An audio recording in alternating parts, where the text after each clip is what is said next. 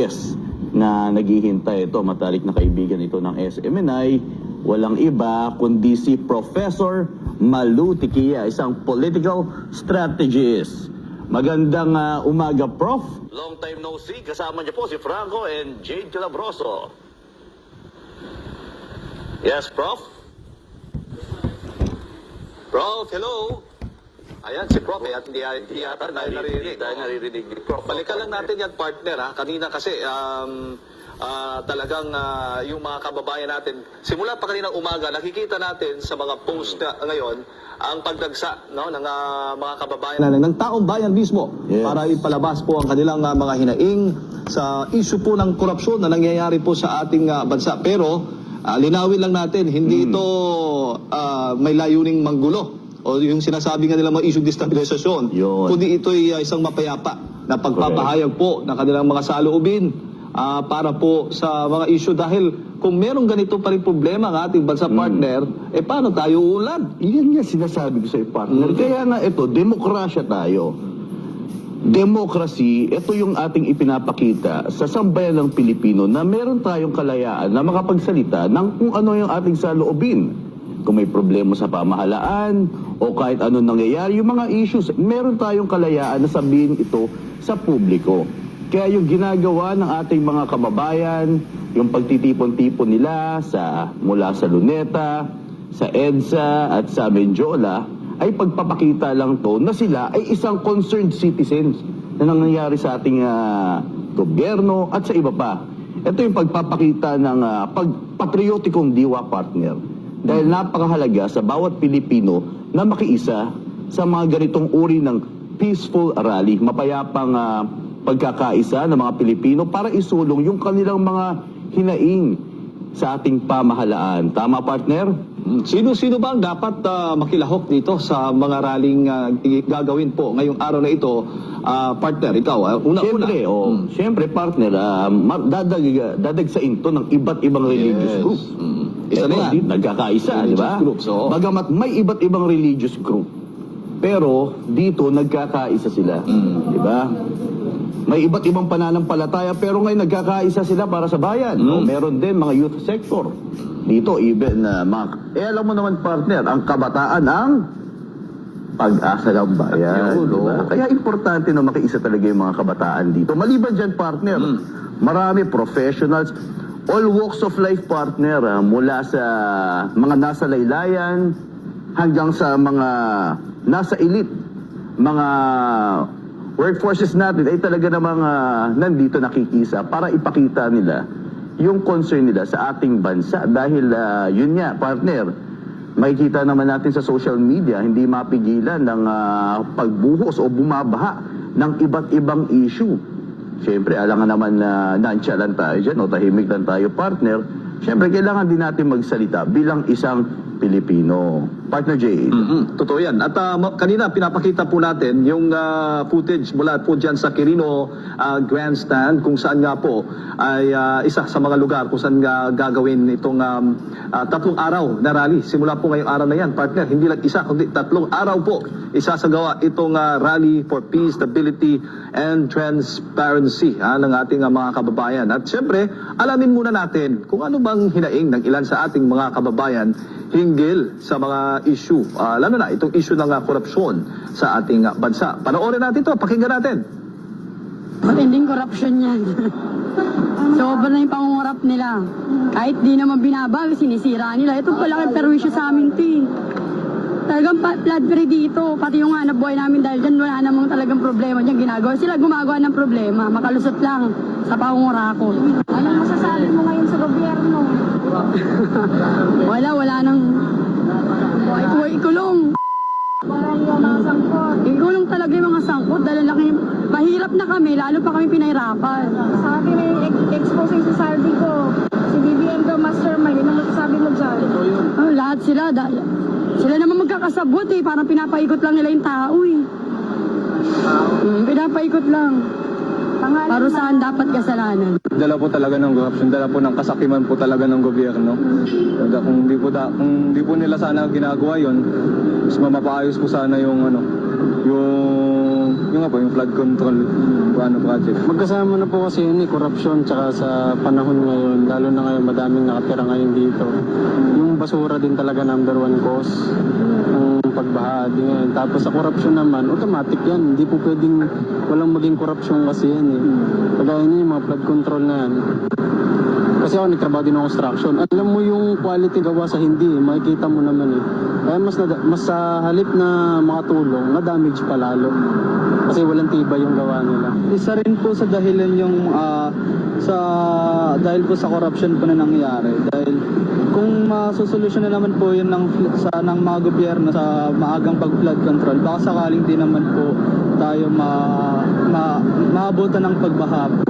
Kasi po, tignan naman po natin sa bilang example po sa Japan po, which is parang same naman po sa Pilipinas na isang isla lang pero di po sila nakakaranas ng baha. Para sa akin siguro parehas lang din.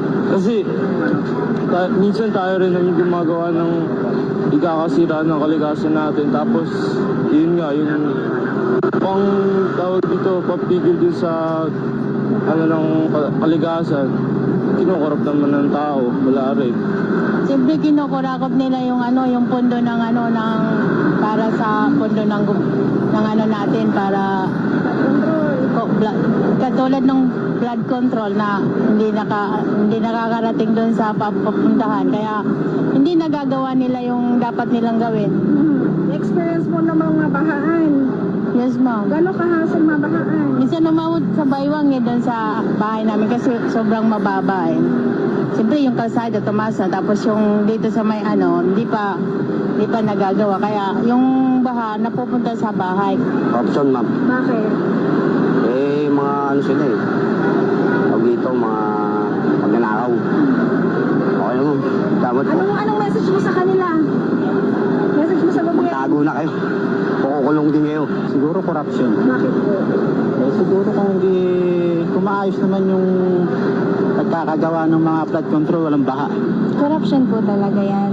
Well, sumasabay po yung kalikasan kasi syempre nag-iiba na rin po yung climate change nga po. Pero syempre, bago po magkaroon ng climate change, dapat ina-actionan din po ng gobyerno natin yan. So, I think na kasama din po talaga yung corruption. Totoo po talaga yan. Naniniwala po ako dun sa Ghost Project na po yun.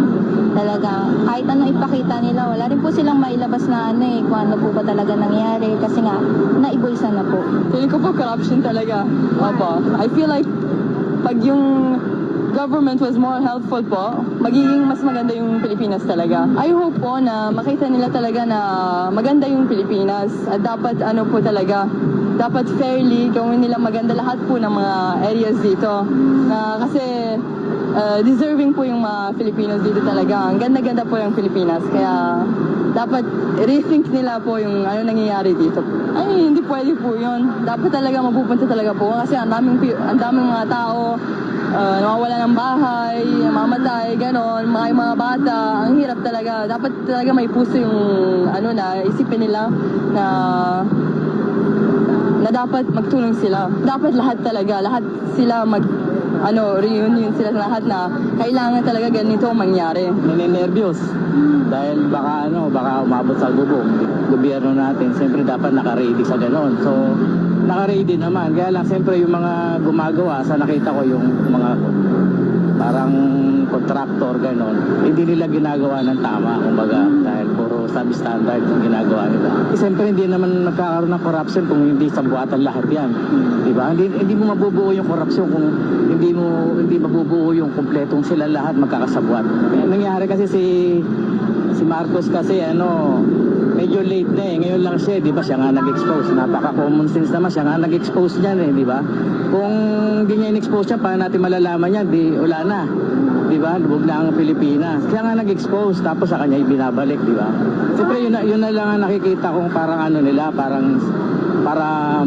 may masabi lang sila, para magkagulo yung mga tao, di ba? Para sakaling pag nagkagulo, may stop na yung parang inaano sila, parang inakasuhan sila. Yung mga politician talaga kailangan i-action. Kasi yung mga ganito, it takes decades nila matapos or not. Kaya Sa sana. may corruption ba? Tingin po, kasi kaya doon po yung pondo nila doon. Minsan ikukunin, minsan alam mo naman politician iba, they're greedy for their money. Parang boat. Bakit po po? Kasi yung kalikasan kasi natural disaster na kasi siya. Pero dapat kasi paghahandaan natin yung natural disaster na yan. Kasi hindi naman natin yan mapipigilan. Pero pwede nating masolusyonan. Ayan, partner, yung boses ng taong bayan hinggil sa mga isyu nga dito sa ating bansa, lalo na sa isyu po ng korupsyon. At sana marinig ito ng mga opisyal, mga leader po natin sa ating bansa, na ito po yung kanilang nasasabi na mismo dito sa ground, partner. Yes. Kaya nga kung titignan mo yung interviews, yung hinaing ng bawat Pilipino, lahat sila pare-pareho eh. Number one is corruption. So, primary issue talaga na kinakaharap ng ating bansa is numero uno, corruption. Dahil pag hindi naman korap ang pamahalaan, wala ka naman maririnig sa mga mamamayan ng Pilipino. Diba? Kaya nga, Vox Populi, boses ng sambayan ng Pilipino. Yan, di ba, partner? Yan ang dahilan bakit ngayon ay may nagkakaroon ng rally. Malawakang rally ngayon, partner. 3 araw na rally po ito. Para po ay palabas po ang kanilang saloobin na kailangan na natin ng solusyonan itong korupsyon. Samantala, partner, ito, patuloy po ang paghahanda ng United People's Initiative para sa isasagawang anti-corruption rally ngayong linggo mula November 16 sa EDSA People Power Monument sa Quezon City na inaasahang dadaluhan ng iba't ibang grupo na nananawagan po ng pananagutan sa gitna ng lumalalang isyu ng korupsyon sa bansa. Narito ang balita ni Jason Rubrico live mula sa Quirino Monument. Jason, good morning. Kumusta dyan?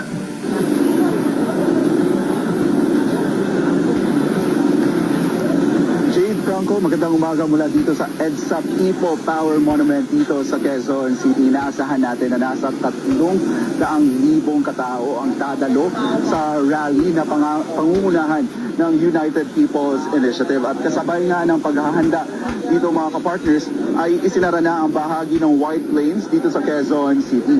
Isinara ang 3 lanes ng kahabaan ng nasabing kalsada sa pagitan ng EDSA at Katipunan Avenue ngayong araw, November 16, bilang alternatibo naman ay ipinatupad ang zipper lanes upang mapanatili ang daloy ng trapiko. Kasunod ito na nakaschedule nga na peaceful rally ng UPI o yung United People's Initiative para ipanawagan yung transparency at accountability sa pamahalaan. Inabisuhan din ng mga motorista sa inaasahang pagbagal ng daloy ng trapiko sa mga kalsada sa paligid ng People Power Monument hanggang November 18 dahil sa protesta. Kabilang sa mga maapektuhang lugar, ang EDSA, Katipunan Avenue, Ortigas Avenue, White Plains Avenue at Temple Drive. Nakantabay naman ang mga tauhan ng Traffic and Transport Management Department, Department of Public Order and Safety, Task Force Disiplina at Quezon City Police District upang masiguro ang maayos na daloy ng trapiko at seguridad sa lugar. Sa ngayon mga kapartners ay patuloy nga ang paghahanda ng organizers para isasagawang programa mamayang hapon. At sa ngayon, nakikita nyo dito sa aking likuran, umaambon na dito sa Quezon City. Pero sabi naman ng organizer, rain or shine, tuloy ang programa mamaya. Inaasahan natin yung iba't ibang grupo na dadalo sa protesta ngayon. Kabilang na dyan ang mga opisyal na magbibigay ng kanilang mga mensahe mula sa PDP Laban. At yan muna ang latest updates mula dito sa Quezon City. Para sa Diyos at sa Pilipinas kumahal, balik sa inyo mga kapatid. Jason, mga anong oras kaya magsisimula yung programa dyan na mamayang hapon? Inaasahan natin na magsisimula ang programa mamayang 1:00 ng hapon. Sabi ni Attorney Jimmy Bondok na isa sa mga volunteer mula sa PDP Laban ay magkakaroon muna ng mga kantahan at exactly 4 p.m. naman ay makakapakinig na tayo ng mga speeches mula sa iba't ibang individual. At yun nga ang kanilang panawagan, ang transparency at ang kanilang drive, yung anti-corruption drive nila dahil nga sa nangyayaring o lumalalang korupsyon dito sa bansa. Sa ngayon, Jason, kung iyong makikita mismo dyan sa EDSA, maluwag pa ba ang kumusta yung trapiko natin? At lalo na kasi maraming dadagsa na mga kababayan natin gustong humabol dyan at gustong makiisa sa ating sa rally na gagawin dyan mismo sa EDSA People Power Monument.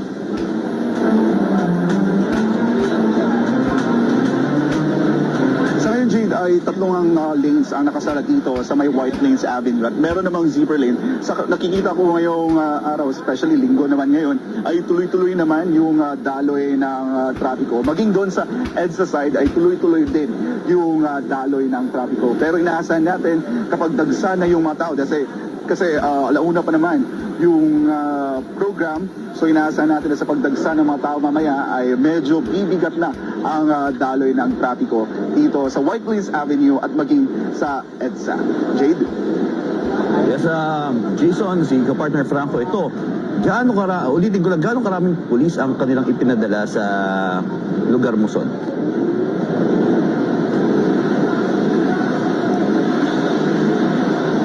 Kapulisan naman, kapartner Franco, libo-libo yung ipinadala nila dito sa EDSA People Tower Monument para matiyak yung seguridad at yung kapayapaan habang isinasagawa yung rally. At maliban sa ating mga kapulisan, nandito rin yung mga tauhan ng BJMP, may mga tauhan rin ng MMDA para magbando ng trapiko at iba't ibang ahensya ng gobyerno. Meron ding mga non-government organization, gaya na lang ng Red Cross Philippines, para kung meron mga untoward incident na mangyari, ay naka-standby sila para magbigay ng asiste sa ating mga kababayan na dadulunga dito sa rally ng United People's Initiative. Franco?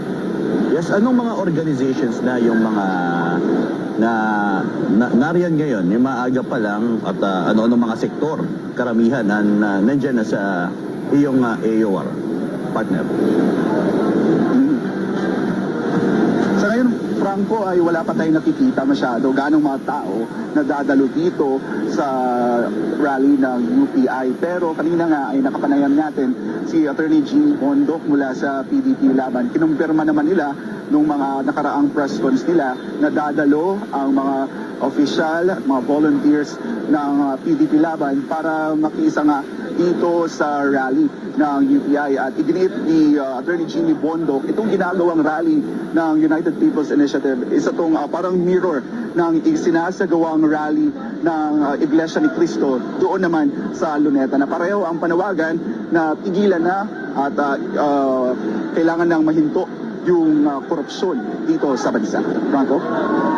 Alright, Jason, maraming salamat sa situational report mo dyan mismo sa lugar. Mamaya, balikan ka namin para naman sa iba pang mga update, lalo na ang hinaing at saloobin ng ating mga kababayan. Si Jason Rubrico, live mula dyan sa EDSA People Power Monument. Mga kababayan, isa lamang po yan sa mga lugar na pagdarausan nitong malawakang rally. 3 araw po na rally for peace, stability, and transparency po. At maging dyan po sa Quirino Grandstand, dyan po sa Mayluneta, hihingi din tayo, samahan po ninyo kaming magbigay po ng update din po dyan mismo sa ating mga kababayan. Kasi balita ko, partner, nakikita ko sa mga sa social media, marami na rin, libo-libo na rin na dumadagsa kami ngayon dyan mismo sa Luneta, dyan mismo sa Quirino Grandstand. At syempre, mamaya din, hingi din tayo ng update mula naman po dyan sa Menjola. May mga partner po tayong nakatutok din po sa sitwasyon dahil dyan sa Menjola, malapit po ang Malacanang. At kung nakikita mo, di ba? Nakabalanda na yung mga barricade doon, partner. Kaya nga, makikita natin, partner, kung ilang layer ng mga barbed Pantay wire. sarado. Grabe, partner. Oh, Tapos meron na yan. tignan mo naman, partner, parang nakaredy sa digmaan ng pero ayun ang security na ginawa ng ating mga security forces para ma-secure. Pagtitiyak na para tiyakin. ligtas. Oo. Dahil nakaraan niya, partner, di ba, kung ating babalikan, yung nagkaroon ng rally rin. Nagkaroon ng gulo dyan. Di ba? Nagkaroon ng gulo, nagbato sila ng molotov, yung mga molotov. At ngayon, gusto lang nila siguraduhin na masecure talaga ang palasyo. Pero bagay nga na pinapaalalahanan natin ang bawat Pilipino, especially sa mga dadalo, ang gaganapin po ay isang mapayapang rally, isang peaceful rally na dadaluhan ng kahit sino po. Malaya po tayong makiisa sa rallying ito. Kaya nga meron tayong 3 mga lugar. Kung saan kayo malapit, ay doon na lang kayo pumunta. At ang alam ko, partner, meron din sa ibang lugar. Yung mga hindi makakahabol dito sa Luzon, sa Manila, magkakaroon din sila ng mga pagtitipon doon para lang ipalabas ang kanilang saloobin, pananaw hinggil nga po dito sa issue ng korupsyon sa ating bansa. Kaya antabayanan po niyan. At kanina, medyo umaambon-ambon na dito sa may EDSA People Power Monument. Sa mga kababayan po nating pupunta po doon, abay magdala po kayo ng payong, huwag po niyong kalimutan. Tubig, ayan, ilan po yan sa mga dapat yung dalhin para po ay matiyak po ninyo na hindi kayo mahirapan po doon mismo sa isasagawang rally. Kanina, mainit, ngayon biglang umambon, kaya mahirap naman magkasakit. Ayan po. At lagi po tayong maging handa, mga kapartners. Dala ng payong, tubig at iba pang mga kinakailangan natin para po sa pagdalo natin dito sa Rally for Peace, Stability and Transparency. At alam ko, 3 araw ito, ang iba nagtatayo na ng mga tent ng kanilang kasi 3 araw nga partner dire-diretso yan. So iilan sa kanila ay talaga naman nag-prepare. Like kasi kabilang na yung mga panluto nila. Kasi walang alisan yan, partner. 3 days. 3 days yan. Kailangan mo na magtayo. Ikaw, partner, may bala ka ba? Wala naman. Ay, lahat tayo, lahat ng ating mga kababayan yan. Kaya nga dapat, magdala ka na. Handa ka talaga. Ted. Oo, meron daw. Yung iba, nagdadala pa ng gasol. Dahil doon na rin sila magluluto. Dire-diretso araw, yung partner. O, ano pang kailangan mo? Pag makikisa ka sa rally. Tent, pagkain, tubig. Yan, mga kapartner. Damit. Though marami sa ating mga kababayan na nagdo-donate din, syempre, pagkakaisa yan, magtutulungan tayo lahat ng mga pangangailangan. Mainam din na magdala rin tayo ng ating mga pangangailangan din dyan, especially sa mga bata. Yung iba, makikita natin, partner, may mga bata din silang kasama. Yes. Yan, dapat po maging aware po tayo at maging handa po tayo sa ating mga gagawin dahil rally po yan. Bagamat sabihin natin peaceful rally, pero mas mainam na maging safe po tayo, especially may mga dala po tayong bata, maraming tao dyan. Kasi usually, partner, every time na may mga rally, may mga nawawala na mga bata Sobrang siksikan yan, magulo. Kaya mainam na yung mga parents po, yung mga anak, dala nyo pong anak, is talagang huwag nyo pong pababayaan. At malaya rin po tayo, makikita po natin. Yan partner, malaya tayo makapagdala ng ating mga placards o kung ano pa man na gusto nating sabihin sa ating pamahalaan dahil ito ay pagpapakita na tayo po ay isang concerned citizen. Kaya nga, pero ang ating babalikan partner, yung major criticism talaga ng bawat Pilipino na hinaharap nila ngayon is numero 1 dito sa administration is yung corruption issue talaga. Top 1 public concern yan, partner. Especially sunod-sunod yung mga issues. Hindi nawawala May puputok, may bago na naman, may puputok. Especially, ano ba yung pinaka-mainit ngayon? Na talaga namang ginulat ang yung sambayang videos, Pilipino. Yung part 1 at part 2, hindi ko alam kung may part 3 na, ng recorded video po ni Zaldi Ko. Isa po sa mga viral po ngayon dahil po nauugnay, sangkot sa manumalyang flood control projects at lalo na doon sa issue ng budget. Yun. Oo. Pero bago yan, bago natin dako, kasi mamaya kasi maganda kasing pag-usapan natin to kasamang ilang eksperto, mga resource person natin na patungkol nga po dito sa mga issue ng korupsyon. Naalala ko lang partner noong 2024, kung hindi ako nagkakamali, sa isang panayam na isang Australian journalist kay Pangulong Bongbong Marcos Jr. na monitor mo ba, naalala mo ba yung naging pahayag ng Pangulo?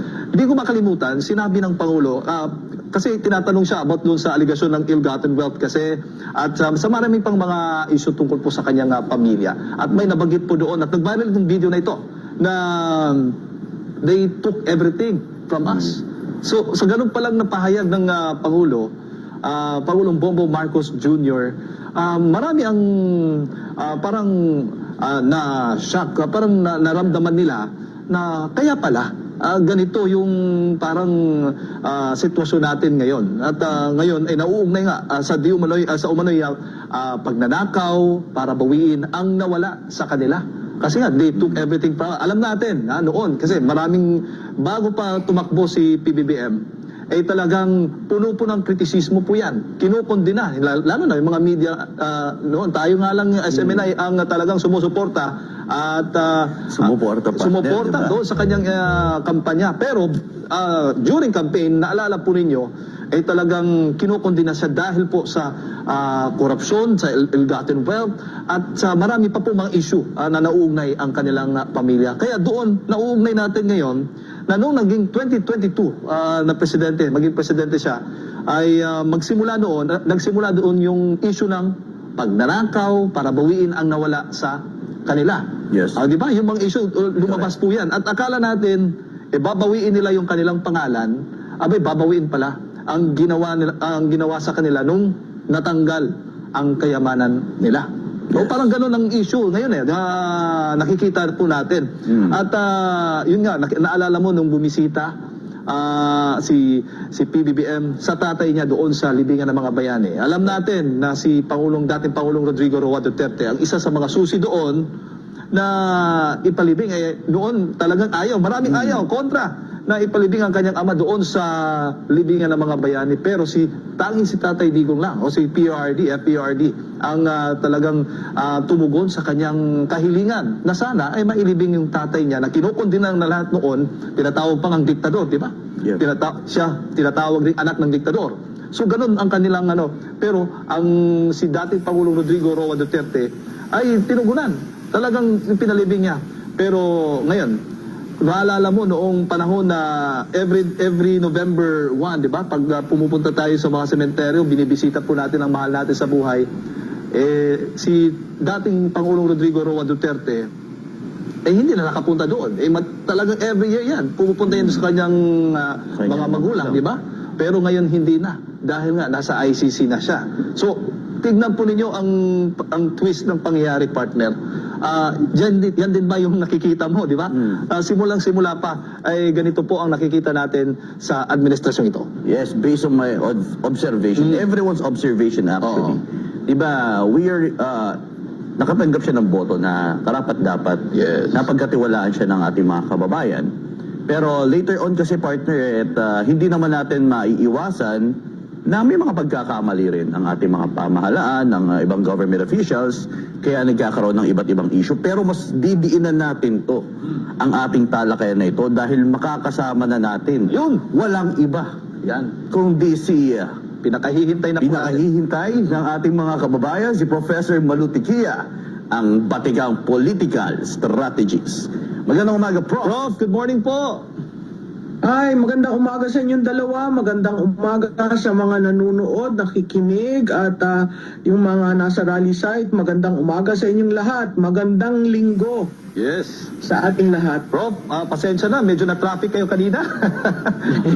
Alam namin, pasensya na po, na-traffic talaga tayo. Pero anyways, Prof, ngayon, ay Rally for Peace, Stability and Transparency. Unahin lang muna natin ito bago sa ibang mga issue. Alam ko, maraming mga developments na nangyayari ngayon. Pero itong Rally for Peace, Stability and Transparency po, ano po yung mga inaasahan po ninyo? Dahil kumpara po sa mga nakaraan, may September 21 tayong nangyari at maraming mga protesta nangyayari, rally laban po sa korupsyon. Ano po ang inaasahan po ninyo sa rallying ito? 3 araw na rally ngayon, Prof. Well, ang unang-una dyan, inaasahan ko na ang ating mga kababayan ay lalabas at magsasabi ng kanilang sentimento tungkol dito sa pamahalaan. Pangalawa, siguro klarado na yung accountability aspect kailangang madiinan kasi 110 days na tayo simula ng kampanya ng Mahiya Naman Kayo. Parang tumagal ng 110 days, hindi nahihiya ang mga kinauukulan, no?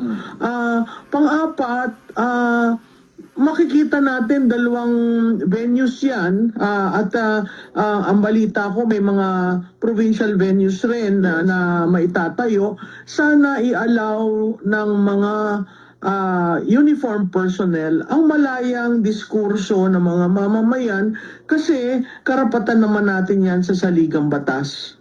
Opo, pero ang tanong nga, ramdam ba o affected ba ang Pangulong Bongbong Marcos Jr.? Nakikita ba niya, aware ba siya sa hinaing po ng ating mga kababayan? Noon pa, hanggang ngayon ay talagang tuloy-tuloy po malawakang mga rallies. Aba, kung hindi niya nararamdaman, may problema siya, no? Kung hindi niya nakikita, may problema siya. Katulad nga ng sinabi ng isang leader, hindi pipi, bingi, o bulag ang taong bayan. Kung ang liderato ay pipi, bulag, at bingi, may problema siya, no? Kasi itong nangyayari, hindi sana aabot sa ganito kung inalaw nila magsalita ng malaya ang mga nagsasalita, di ba? Kung hindi pinigilan, at saka kung hindi dribble. Kasi nakita naman natin sa House of Representatives, sa ICI, sa Senado, yung ginawang forum para mapag-usapan itong mga problema ay parang ginawa lamang parte ng isang malaking script, no?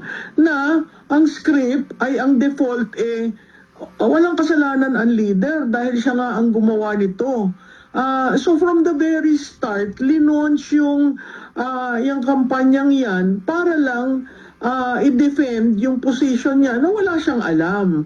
Mahirap yun panghawakan kasi ikaw ang pinuno, ikaw ang pinakamataas na leader sa ating bansa, no? Para sabihin mong hindi mo alam, para sabihin mong dinidistansya mo ang sarili mo dito, medyo doon nagagalit ang bayan, no? Kasi nakita naman natin na lahat ng signos sa ating ekonomiya ay pababa. Ako nagulat doon sa capital formation kasi dati hindi bumababa ang capital formation yung dollar, yung stock exchange, yung FDI. So kung ganon ang reaksyon ng merkado, issue na ng tiwala at issue na ng confidence. So mahirap namang sabihin hindi niya nararamdaman yon at kitang-kita naman natin kung paano binalot ng barbed wire, ng mga barriers, ang Malacanang. So alam nila, nakita natin kaninang madaling araw ang formation ng mga uniformed personnel to defend the palace. Alam mo, hindi ka aabot ng ganon kung maging forthright lang ang Pangulo. Ako nga parati kong sinasabi, address the nation. Tell the nation. Kasi yung mga press con niya, tapos sasabayan ng yung aking BFF na Barker, tapos politika kaagad, hindi yun pagpapaliwanag sa taong bayan na humihingi ng sagot. Diba? Alam mo ba ito, Ginoong Pangulo? Ano ang ginawa mo, Ginoong Pangulo, nung nalaman mo? Pangatlo, kung alam mo, no? Alam mo kung sino yung mga taong nanggahasa ng ating kabanang bayan. Yung ba iaalaw mo? Doon pa lang sa aspetong yun, medyo nagugulat ako na hindi totoo ang mga sinasabi at palihis ng palihis. Opo. Prof, naalala po ba ninyo yung may panayam si Pangulong Bongbong Marcos Jr. Sa isang Australian journalist, di ba nag-viral po yun? Tungkol po, tapos may binanggit po ang Pangulong Bongbong Marcos Jr. doon na they took everything from us. Hindi ko lang, gusto ko sanang ma-play yun pero hindi kasi sa atin ang video. Pero yung sentence na yon, sinabi, they took everything from us. Sabi yan ng Pangulo. Para ho ba sa inyo ang nangyayari ngayon parang paghihiganti na ginagawa po niya laban sa mga Pilipino at laban sa gobyerno dahil kung nga naalala natin noon bago siya tumakbo talagang kinukundi na siya at marami po ang nagagalit sa kanya dahil po sa mga ginawa ng kanyang ama. Alam mo, napakinggan ko yan. Yan yung interview na tinanong nung host na bakit ka natatawa, di ba? Yes. Ang akin lang, akala natin naman kaya siya tumakbo ay para redemption ng pangalan ng tatay niya. Pero at the back of the minds of our people, meron na ring nabubuong sentimento na bakit yung huling 3 taon, ganito ang nangyayari sa atin. Ito ba ay paghihiganti sa ginawa ng mga Pilipino sa tatay niya? Hindi dapat maging ganun Kasi binigyan siya ng mandato ng tao, di ba? Babalik ulit tayo dun sa usapan na yung tinatawag sa demokrasya, may social contract tayo. Lahat tayo may karapatan. Binigay natin yung ilan sa ating karapatan sa estado para mamahala sa ating pamumuhay. May karapatan rin naman ang taong bayan na alsin yung mandato, lalong-lalo na kung 3 taon na ganito ang nangyayari sa ating bayan. Yung sinabi niyang they got everything from us. Wala ho tayong magagawa doon. Oo, nakuha. Pero kung titingnan natin ang kasaysayan, ilan ba talaga ang nakuha? Di ba kung titingnan mo ang PCGG, ang record ng PCGG has not been sterling. Meron silang utang sa BIR na hindi binabayaran. Di ba? Ano ang nakuha? Ang nakuha lamang ng taong bayan ay inalis yung mandato sa kanyang ama. Yun yung EDSA 1. It's the story of the people reclaiming their right over the mandate that they have given to the leader. Ngayon, kung itong 3 taon paghihiganti, sana naman hindi nagkaganon. Kasi, nanalo siya sa eleksyon. Yes. Diba? Yun kung hindi nasabi ng maayos ng taong bayan na ikaw ay aming what do you call this, we have forgiven you, hindi pa ba enough yung nanalo ka ng 31 million? Hindi ba dapat ilagay niya sa isip niya, napakalaking mandato yun? Okay? Para sa isang tao na 36 years ago ay inalis ng tao, ng mamamayang Pilipino at napunta sa kung saang lugar. Hindi natin kagustuhan na madala siya sa Hawaii. Hindi natin yon. May nag-intervene Diba? So, kung ang rason mo kaya ka tumatakbo ay para maghiganti, mali naman yon. Pero nakikita natin itong huling 3 taon, parang gano'n ang nangyayari. Bakit mo gagahasain ang kaban ng bayan? Diba? Bakit hindi mo yung realidad na ilagay mo dyan ang 20 billion? Di ba napakalaki yun? O kukuha ako ng 25 billion nakita. Saan mo yan gagamitin? Hindi ba dapat ang panunungkulan ay para sa Pilipino? Hindi para sa bulsa? Yun ang nakakatindig balahibo Kasi parang nawala siya. I mean, Mr. Marcos is a man of history. He knows, he loves history. So bakit ganito ang nangyari sa atin ng 3 taon? Yes, po. At siguro ang tanong ng bayan, kakayanin pa ba natin ng another 3 years? Ang sakot ng ekonomiya, hindi. Hindi natin kakayanin. Bagsak ang ating ekonomiya. Anong aasahan natin sa 4th quarter? Ang ordinaryong tao, kung titingnan mo, hindi masaya ang Pasko. Yes. I mean, pag nakita mo yung mga simbolo ng kulturang Pilipino sa Pasko, oo, may mga nagsasabit ng mga, pero pag pumunta ka sa mga malls, empty.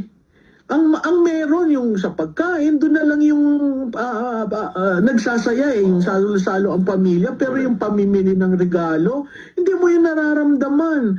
Sa groceries, karamihan sa palengke kasi mas mura, no? So makikita mo yung adaptation na ginagawa ng mga Pilipino, ng pamilyang Pilipino, nakakasakit kasi hindi naman ito ang ating kagustuhan. Yes. Ang akala nga, Prof, ng mga kababayan natin, ng pananaw mismo nila, na noong 2022 nang maging presidente itong si Pangulong Bongbong Marcos Jr., ay nagsimula yung issue po ng pagnanakaw, pagbawi po sa mga kayamanan daw, ganito. Sa akala ng mga kababayan natin, nababawiin yung babawiin yung kanilang pangalan, no? Yung pala babawiin yung kanilang kayamanan. Yun ang pananaw ng ating mga kababayan. Ano po yung inyong reaksyon dyan? Oo, again, ako nalulungkot doon sa nangyaring yun, no? Kasi patuloy na ginagamit ang ahensya ng pamahalaan para manggipit sa negosyante, para manggipit sa kritiko, para manggipit sa lahat na interest na gusto nila. Marami kasing nangyayari na hindi naman natin naisasiwalat sa publiko dahil may takot, no? Dahil nakita mo naman kung paano ginamit ang makinarya ng pamahalaan para gipitin at sikilin ang mga kritiko nito o ang mga negosyante na nagtatanong lamang, ano ba ang nangyari? Bakit tayo nagkaganito? So, again, babalik ulit tayo dun sa sana maging respetuhin niya ang Pilipino at sana maging prangka siya. Kasi lahat naman tayo nandito sa iisang barko. Wala sa atin tatalo ng yung mga tayo, mga residente. Ang tatalo yung may mga kaya. 'Di ba na may pera, aalis sa bansa, pupunta sa ibang lugar. Samantalang tayo mga ordinaryong Pilipino, na andito tayo for the good times and the bad times. And kailangan nating sagutin ng maayos at hindi natin kailangan patagalin pa dahil kawawa ang bansa. Exactly, Prof. Actually, yan talaga eh. Ang inaasahan kasi, Prof, ng ating mga kababayan, kaya siya binoto, is yung babawiin niya ang pangalan, yung pagkakamali na nagawa ng kanyang ama. Everybody thought that was the reason, yung reason ng pagbawi. Pero tila parang hindi ganun ang linyada. Dahil ang pagbawi ay lumalabas, Prof. Hindi naman tayo humuhusga agad, pero dahil sa nilalabas na pattern ng ating pamahalaan, yung pagbawi sa pera dahil korupsyon na nangyayari sunod-sunod. Ang pinakamasaklap pa nun ay ipinunto siya ng isa sa kanyang mga kasamahan dyan. At isa nga... Yes, Prof. Tama ka doon, no? Yung pagbawi ng pera, kasi naging pera lahat eh. Di ba ako ini-expect ko yung day one, sisipagan ko, pakikita ko sa mga kababayan ko, mahal ko kayo, aayusin natin ang bansa natin. Ang dami, pero lahat promiso. Kaya nga nakuha yung word na budol eh. Di ba? Yun ay reaksyon ng tao, hindi naman humuhusga. Dahil isa ako doon sa maaga nagsabi, hindi kita nararamdaman. At to a certain degree, ngayon nga, ang tawag na tone deaf, di ba? So, yung i-define mo ang administrasyon mo na pera, at walang serbisyo, tingnan na lang natin yung infrastructure. Diba? Hindi naman tayo ang nakaalam na may 5,500 flood control projects completed. Yes, right. Saan nag-announce, di ba? Oh. Pero alam mo ang kagandahan dito sa inyong dalawa, no? Ang kalikasan, ang Diyos, nagpapakatotoo sa lahat ng mga aligasyon. Kaya ikaw, makikita mo, mahal ba niya ang Pilipino? Naglindol. Parang functus officius lang eh. Parang pupunta lang siya doon. Kailangan kong magtingin-tingin, magturo-turo. Pero yung caring for the Filipino, yun ang hindi nararamdaman. Kaya nga, parating sinasabi, ano ba naman yan? Tone deaf. Kaya ako, hindi ko alam kung talagang na-internalize niya ano ang pagiging Pangulo. Kasi certainly, hindi natin yun nakikita. At ito ay ehemplo na yung GAA 2025, hindi pa nga nagro-rule ang Supreme Court. Kita natin nagbe-breakdown na dahil dito sa sinabi ni dating Congressman Saldico. Yun naman ay kasamahan nila. Hindi ko maintindihan bakit ngayon ang explanation DDS daw si Saldico. Yun naman pwede nilang pabalikin. Kaya nga ang call natin noon, cancelin ang passport na makabalik. Hindi nila ginawa yun. Ngayon nagsasalita, hindi sila magkaintindi. Kasi, imaginein mo, anong ilalabas ng ICI? Ilang oras nag-testify doon si Speaker? Diba? Buti na lang hindi nila ginawang public. Kasi Closed door. matatandaan natin, di ba? Tapos ngayon may ganito yung kay Saldico. Ang akin lang doon kay Saldico, itigil na yung part 1, part 2. 'Di ba? Kasi naaanig ang ating bansa, lalo na ang ekonomiya. Napakahirap na ang ekonomiya natin ay pulutin natin sa lupa. Kaya nga nung, di ba pagkasalita niya, Friday nagsalita yung unang part 1, ay nako, ang ating stock exchange ay talagang bumulusok pababa. So, ano ang gagawin natin? Wala namang positibo na sinasabi kung anong gagawin. Yung reaksyon ni Secretary Gomez, Secretary Pangandaman, at saka si BFF, hindi naman nag-explain. Di ba? Kaya nga ang parati kong sinasabi, gamitin nyo ang PCO as a way of explaining. Hindi yung mambubudol o magpo-propaganda, explaining. Because if you stop explaining to the people, we will have these rallies. Diba? Correct. Kaya nga yan, Prof, ngayon, ang taong bayan naman, gusto naman nila malaman kung ano ang magiging sagot dahil binoto nga siya ng taong bayan. Asan yung, kumbaga, yung utang na loob ng ating Pangulo sa kanyang mga pangako? Dahil naghihintay lahat eh. Like for example, sa SMNI, diba, kung ating babalikan, Prof, tayo nagsagawa ng continuous rally para suportahan ng ating Pangulo sa sunod-sunod na mga rallies niya. Dahil ang kanyang mga pangako, ang kanyang mga plataforma ay talaga naman napakaganda para sa mamamayang Pilipino. Kaso lang nabaliktad din, pinasara pa ang SMNI. Diba, Prof? So, yun yung mga ilan sa mga bagay na talaga naman, yung utang na loob kasi, ito yung napakahalaga. Kaya nga kung ating babalikan din, Prof, syempre, napakalaking bagay yung pagpapalibing kay former President, sa dating former President Marcos Sr., yung kanyang ama, ginawa ito ni former President Rodrigo Duterte na yung paggawa niya sa pagpapalibing ng kanyang ama ni Marcos Jr. ay talaga naman maraming kinamuhian si President Duterte dahil sa ginawa niya, dahil daw magnanakaw si Marcos Sr. Pero ginawa niya pa rin yun, diba? Pero sa kabila ng kanyang pagpapalibing sa ama ni Marcos Jr., nasa dahig pa siya ngayon. Ano masasabi yung pagdating sa utang na loob, Prof? Well, alam mo, Jay, yung utang na loob, makikita, alam mo, pwede tayong gumawa ng listahan na mga bagay na makikita natin na talagang they don't value word of honor, they don't value yung utang na loob, kasi ang dami sa 3 taon na makikita natin na pag nagamit ka na, okay na. Wala kaming pakialam sa inyo. Nagamit ka na A very transactional way of dealing with people. Yun malaking problema kasi kung yung mga tumulong sa kampanya, yung mga what do you call this, tumutulong sa kanya para mag-reach out sa mga tao, tumutulong sa kanya para i-explain kung ano ang programa, ay hindi na lang basta pinasasalamatan o linilingon. Talaga magkakaroon ka ng problema.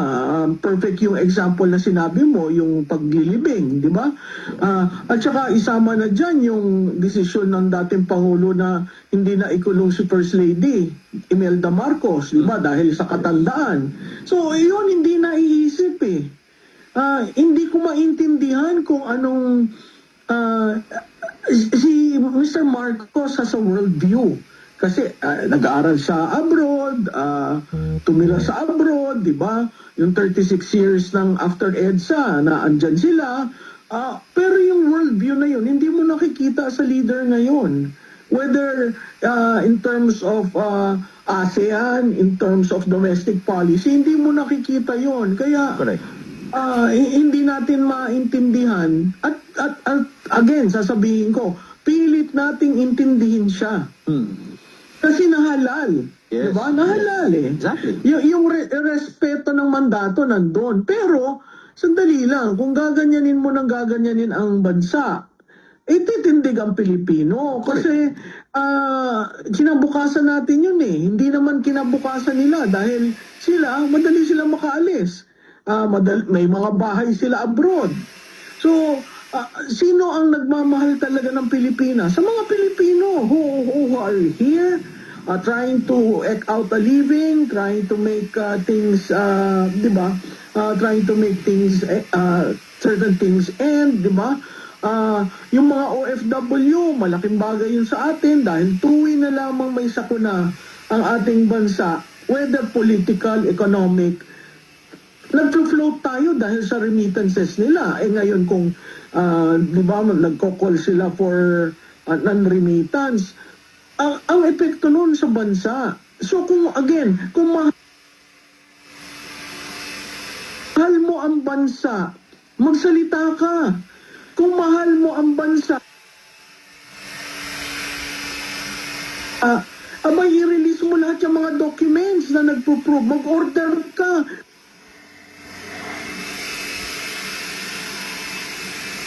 Sasabihin niya, hindi, ibang branch yun. Paano ibang branch? Sa Pilipinas, nakita naman natin yung dynastic rule, di ba? Magkaka-kawing-kawing. Ay, andali mo namang tawagin ng LEDA. Sabihin na, I want all these documents on the GAA 2025 release. Hanggang ngayon, wala tayong nakikitang documents released. Yes, correct, Prof. Mabanggit ko lang, makikita natin sa video, no? Naalala ko tuloy yung kasagsagan ng siege doon. Na rin natulog yung mga police. Pero gusto ko lang, Prof, idagdag, ay talaga naman nakakalungkot para sa ating former president dahil alam naman natin kung gaano kahalaga sa mga anak na mabisita ang kanilang magulang. Unang beses na mangyari kay former president dahil lagi siyang nangangako sa kanyang magulang na sa tuwing birthday ng kanyang November 1. November 1.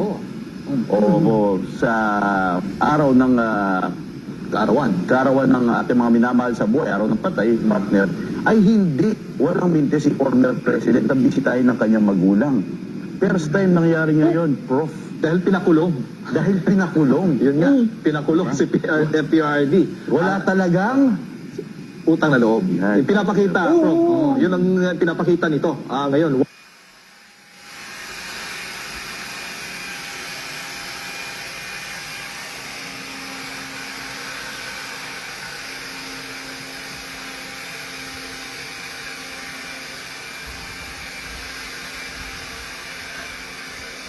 walang ipinapakitang utang na loob.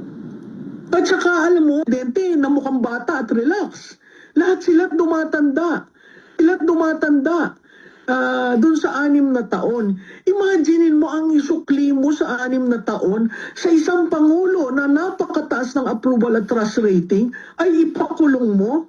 Di ba? Ang sabi niya, he will fight sovereignty issue yun. Bakit? Ang dami rin natin, pwede natin yung ilista. Sinabi niya ito, bumaliktad na ganito. Bakit? Ano ba talaga ang bumubuo sa brand ng isang Marcos Jr.? Yung ba ay very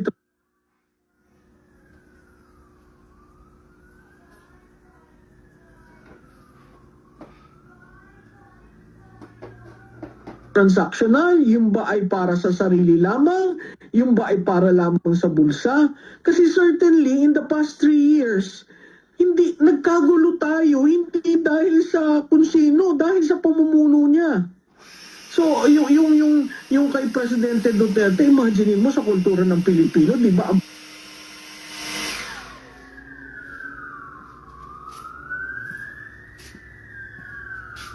Pasko, magkakasama ang pamilya. Sa isang taong hindi nasanay sa ibang bansa. Di ba, hindi naman siya mahilig tumira sa ibang bansa. Hindi naman siya, nagta-travel, pero hindi yan ng 1 month, ng 1 week. Bumabalik at bumabalik rin. Si Mr. Duterte is a man from the traditional mold eh. Yes. Di ba?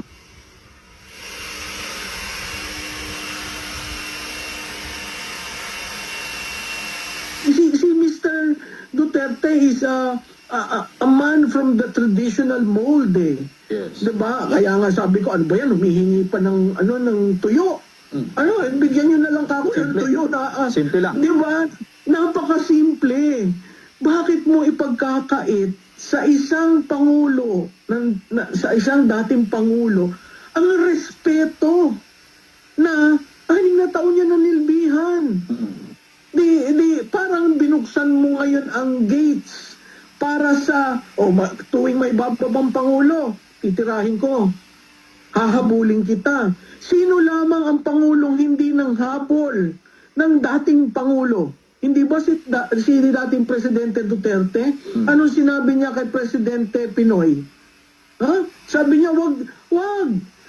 Mahirap ang nangyari. Hindi nyo alam kung how, we do not know the certain things that we might know after the fact. But as president, there are so many decisions that one will have to make. Thinking of the country. Kaya siya, imbis na, hindi, kasuhan natin sa 44. Hindi, kasuhan natin. Anong sinabi niya? Wag. Respeto. Anong sinabi niya kay Vice President Robredo? Itigil nyo na yan. Isang salita. Itigil nyo na yan. Wala nangyari. So, yung liderato, maraming importante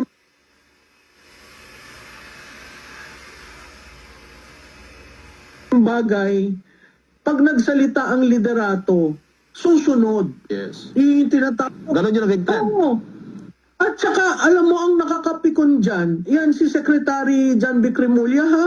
Yung pagkasabi na ang mga destabilizers, ikukulong. Sandali lang, bumalik ka uli, Secretary Remulla, sa social contract. May karapatan ang taong bayan, alisin ang mandato.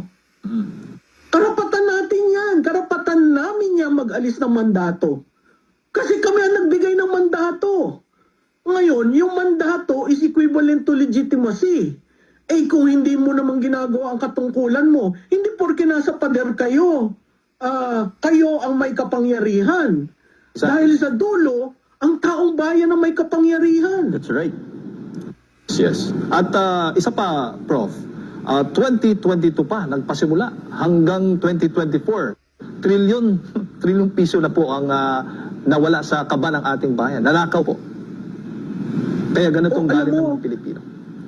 Hindi ko nga maintindihan. Sabi ko, trilyon ang nawala. Yung nakikita natin yung mga bundles ng 1,000. Di ba parang, at saka yung mga maleta, at saka kung paano ginawa. Sabi ko, hindi ba may mali na yun? Bakit mo gugustuhin ng limpak-limpak na salapi? Para saan?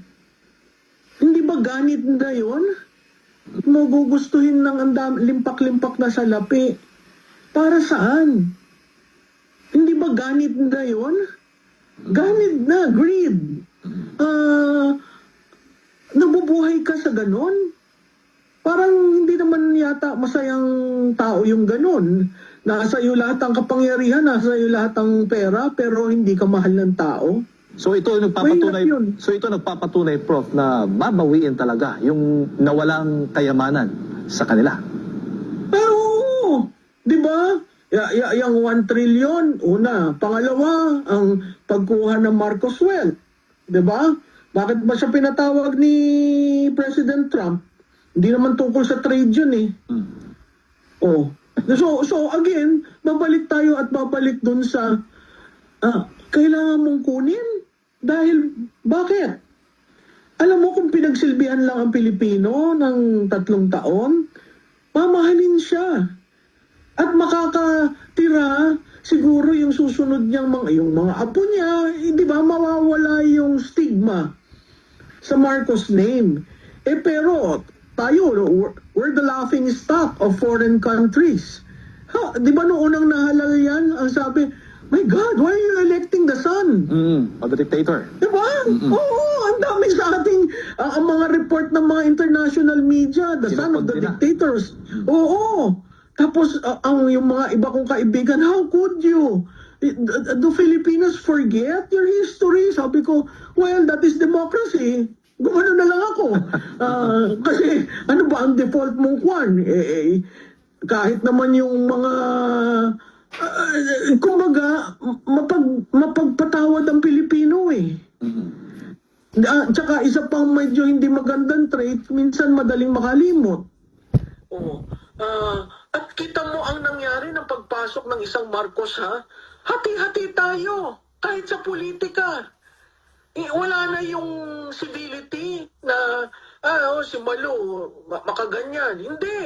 Ibabash ka ng ibabash, babastusin ka ng babastusin, dahil, di ba, bawat isa sa atin, may right tayong pumili kung sino ang ating nagugustuhan, napupusuan. Yes. Bakit mo i-crucify yung taong yun, di ba? So dapat maging acceptable tayo, open tayo, pero walang bastusan, di ba? We have to be civil, we have to be kind to each other. Exactly. Kasi at the end of the day, the politicians will be there, they will go, but tayo yung maiiwanan. Paano natin aayusin ang bansa natin? Akala ko nga pwede na tayong magretiro. Kayo, mga bata pa kayo. Yung generation ko, sabi ko, pwede na kami mag-retire. Kaso, di ba? Kailangan po namin kayo. Di ba? Hindi sa ganun eh. Paano ka magre-retire knowing na Ganito nangyari. yung bansa mo ganito? Oo. Yes. Di ba? Totoo And po. alarming. He knows economics. Opo. All the signs are there. Ayoko ang Pilipinas maging failed state. Exactly. Okay? Kasi pag failed state tayo, nakita mo naman ang galaw ng Vietnam, ang galaw ng Cambodia. Ano na lang tayo, Sri Lanka? Grabe. Di ba? Opo. Samantalang nung panahon ng ama niya, sinasabi nga, the golden years, the Philippines was there. But ang gagaling ng Pilipino. Pero, masyado tayong leader-centric, tapos pag nakakita tayo ng leader na hindi tayo mahal, ito ang nangyayari. Exactly. Bakit ang mga leader hindi matuto sa kasaysayan ng Pilipinas? Prof, totoo yan. At hindi lamang po ang taong bayan ang galit. Maging ang Diyos ay galit po sa nangyayaring korupsyon sa ating bansa, mga injustices. Balikan lang po natin itong pahayag lang po ni DPWH Secretary Vince Dizon. Kaugnay po ito doon sa mga pahayag po ni Zaldico laban po kay President Bongbong Marcos Jr. at kay Speaker Martin Romualdez, dating Speaker Martin Romualdez. Sabi dito, i-quote ko lamang po, Prof, para sa kaalaman po ng ating mga kababayan. Sabi ni DPWH Secretary Vince Dizon, kung involved ka, bakit ikaw mismo magpapasabog? Bakit mo gagawin lahat ng ito? Bakit mo ibubuo ang isang independent commission? Pero Prof, bago po na itatag itong ICI, maalala po natin, nabanggit po ninyo itong 5,500 na mga flood control projects. After pong ibinida po ng Pangulo, sa SONA po mismo niya yan, ang 5,500 flood control projects, dumating po ang ulan. Sino ba ang may gawa ng ulan? Fact check itong mga pinagsasabi po ng Pangulong Bongbong Marcos Jr. Anong nangyari? Nakita po natin na sana yung mga flood control projects. Hindi mo ba? At marami pa ang mga nangyari po. At marami po siya mga reasons. After that, kasi di ba nagkaroon ng malawakang pagbaha. Ang unang reason niya, para may bumangga na barko. Yung climate change. May bumangga daw barko. Pangalawang reasons pa niya, meron pang na-overwhelmed. Yung ganun po na di ba? At yung pangatlo, yung mga huli niya, sabi niya, may mga ghost projects. Mga ganun mga reasoning. So, hindi ibig pong sabihin na ang Pangulo po ang dahilan bakit may investigasyon dito sa flood control project. Kasi kapag hindi po niya binuo itong ICI, ang mangyayari, Prof, kung nakikita po niyo nung nakaraan ng Senado, Senate Blue Ribbon Committee, di ba? Ang unang nag-imbestiga nitong flood control. At si Marcoleta po noon, ang chairman ng Senate Blue Ribbon Committee, kasama si Cheese. At parang papunta na malapit ang papunta doon mismo sa pinaka-mastermind. Nahinto lamang. Kaya nabuo itong ICI. Dahil ito, itinatag mismo ng Pangulong Bongbong Marcos Jr. Ano po ang inyong pananaw hinggil po dyan? Alam mo, hindi niya nga kailangan ibuuin yung ICI eh. Babalik ako dun sa sinabi ni Secretary Vince, no? Bakit hindi niya kailangan buuin, hindi kailangan magkaroon ng yung contractors, etc., etc. Kailangan yung gawin to deflect the issue from him. Klarado naman eh. Nag-present ang 12 contractors. Okay? Bakit 12 lamang? Okay? Nag-present Bulacan. Masyado nilang sinalsal ang Bulacan. Ano sa Ilocos Norte? Ano sa Leyte? Diba? Ano sa Sorsogon? Ano rin sa Davao City? I mean, to be fair with everyone, yung leadership districts ng mga ito, hindi ba ang Diskaya nasa Ilocos Norte?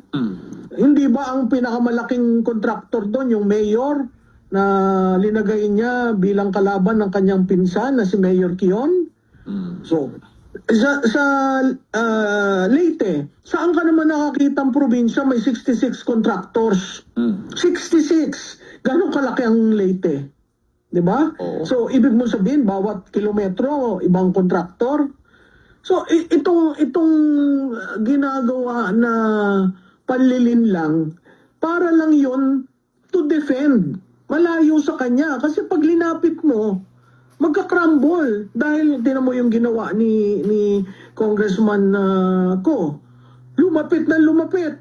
Diba? Ay, kasama pala siya. Yes. Diba? Parang lahat tayo na siya. Yung first, video, Yes, exactly. lahat tayo na siya. Kasi, strategic yung niname. Niname yung secretary ng DBM niya. Rename yung, hindi ko alam kung saan yung Cadiz. Rename yung kanyang pinsan. Niname eh. Tapos ang biglang sabi, bakit bakit insertion? Ha? Dapat daw sa NEP, uulitin ko ho, yung hindi nakakaintindi ng budget process. Ang NEP, sa executive, may budget call every April. Paano ka dyan mag-i-insert? Yun nga ang latest, nalaman natin may leadership fund, no? Ako sa buong panahon ko sa gobyerno, hindi ko alam na may leadership fund. Sa tingin ko yung leadership fund, in-insert lang nung term niya. Tapos may unprogrammed appropriations pa. May insertions pa. So magugulat ka, yung sinasabi ni Congressman ko, sa side lamang ng appropriations. At bakit insertion sa appropriation? Kasi si dating presidente ay naging congressman at naging senador. So alam ni Mr. Marcos saan ako maglalagay dyan, para meron akong sarili kong kitty. Sino ang kausap? Si chairman ng appropriation. Anong sabi ni speaker? Kailangan tayong sumunod. Doon sa salaysay ng video. Doon sa second video, nagulat ako yung opening. Totoo ang sinabi ni Gutesa. That proves. So ito si congressman ko, dahil dyan sa ginagawa kay Gutesa at ang kanyang pamilya, para na rin niyang sinabi, huwag niyo namang, don't harm Gutesa. Kasi sinabi niya, totoo yung sinasabi. At kung titingnan natin yung video 2, pag tiningnan mo, bumababa, may nakikitang date eh. So hindi yung sinasabi na, picture lang yan ng mga maleta. Ang sense ko, tuwing delivery, pipicturean, ilalagay yung date. Yes. Diba? At yan si congressman ko, meron yan tinatawag na blue book. Sabi ko nga, para naman sindikato itong mga ito, linilista. Grabe, ano? Oo. Diba? So ano yung meron tayo sa pamahalaan? We have a syndicated group, we have a syndicated activity by elected individuals. Yun ang diba? At pag tiningnan mo ang mga kongresista ngayon, hindi daw ang balita ko, hindi daw nakakatulog at hindi daw, there's so much movement because they're trying to save their ass. Yung iba, ang sabi, babalik na lang namin ang pondo. Hindi ho yun eh. Ibalik nyo ang pondo pero wala kayong accountability. Yan. Ano yan? Mahahalal na naman kayo, gagano na naman kayo. Kaya nga may isang mayor na tumawag sa akin, Malu, hindi ba tayo magpapa-move ng abolition of Congress?